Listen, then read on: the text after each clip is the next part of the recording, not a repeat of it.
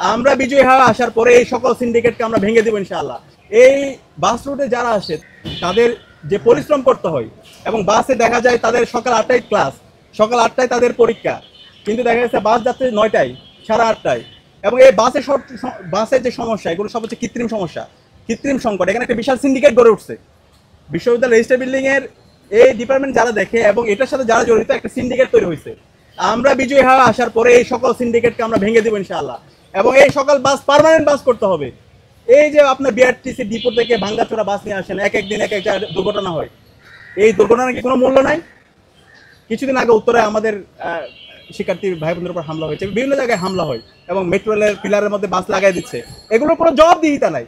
তো সেগুলো জবাবদিহিতার মধ্যে নিয়ে আসা এবং এই বাসগুলোর একটা পার্মানেন্ট সলিউশন করা, এই সে দায়িত্ব ইনশাল্লাহ আমরা বিজয়ী হয়ে আসার পরে এই যারা অনাবাসী শিক্ষার্থী আছে, যারা বিভিন্ন প্রান্ত থেকে আসে, তাদের এটা নিয়ে চিন্তা করতে হবে না। এবং প্রত্যেকটা দিন নির্ধারিত সময়ে তারা বাস পাবে। এবং দেখা যায় রাতের দিকে কোনো বাস না, অনেক শিক্ষার্থী টিউশনে যায়, বিভিন্ন জায়গা থেকে আসে, কিন্তু এই বাসগুলো না। জাহাঙ্গীরনগর বিশ্ববিদ্যালয়ের বাস এখানে রাত 8টা, 8:30, 9টায় পাওয়া যায়, কিন্তু ঢাকা বিশ্ববিদ্যালয়ের বাস নাই। তো এই যে রাতের বেলা অনেক শিক্ষার্থীদের এই সংকটের মধ্যে দিয়ে যেতে হয়, আমরা ইনশাল্লাহ নির্বাচিত হয়ে আসার পরে সেটা থাকবে না ইনশাল্লাহ। এবং বাস নিয়ে একটা পার্মানেন্ট সলিউশন আমরা করবো ইনশাল্লাহ।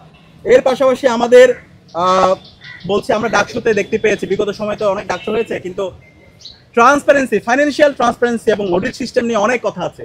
ইনশাল্লাহ আমরা আপনাদেরকে কথা দিচ্ছি, আমরা বিজয়ী হয়ে আসার পরে আমাদের এমন অডিট সিস্টেম, আমরা যেদিন বিজয় হয়ে আসবে এরপর থেকে একদম দায়িত্ব শেষ করা পর্যন্ত প্রত্যেকটা জিনিসের অডিট থাকবে ইনশাল্লাহ, স্বচ্ছতা থাকবে, জবাবদিহিতা থাকবে। এবং সেটা আমরা অডিট আকারে বিশ্ববিদ্যালয় পড়াশোনা এবং সকল শিক্ষার্থীদের কাছে আমরা সেটা পেশ করবো ইনশাল্লাহ।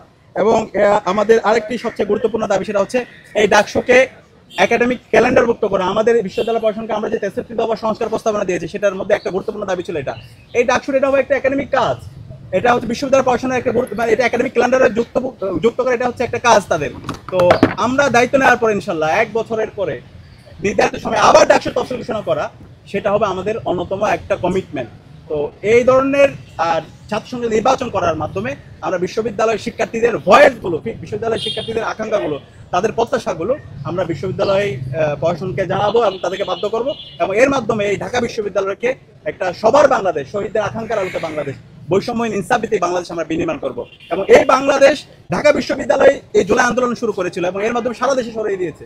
এবং এই ডাকসুর মাধ্যমে আমরা এমন একটা এক্সাম্পল সেট করব, এমন একটি নিরাপদ ক্যাম্পাস তৈরি করব এবং শিক্ষার্থীদের অধিকার সুরক্ষার কথা আমরা একদম প্রমাণ করে দেখিয়ে দিয়ে এটা সারা বাংলাদেশে একটা এক্সাম্পল সেট করবো এবং পুরো বাংলাদেশে এই মডেলে চলবে ইনশাল্লাহ।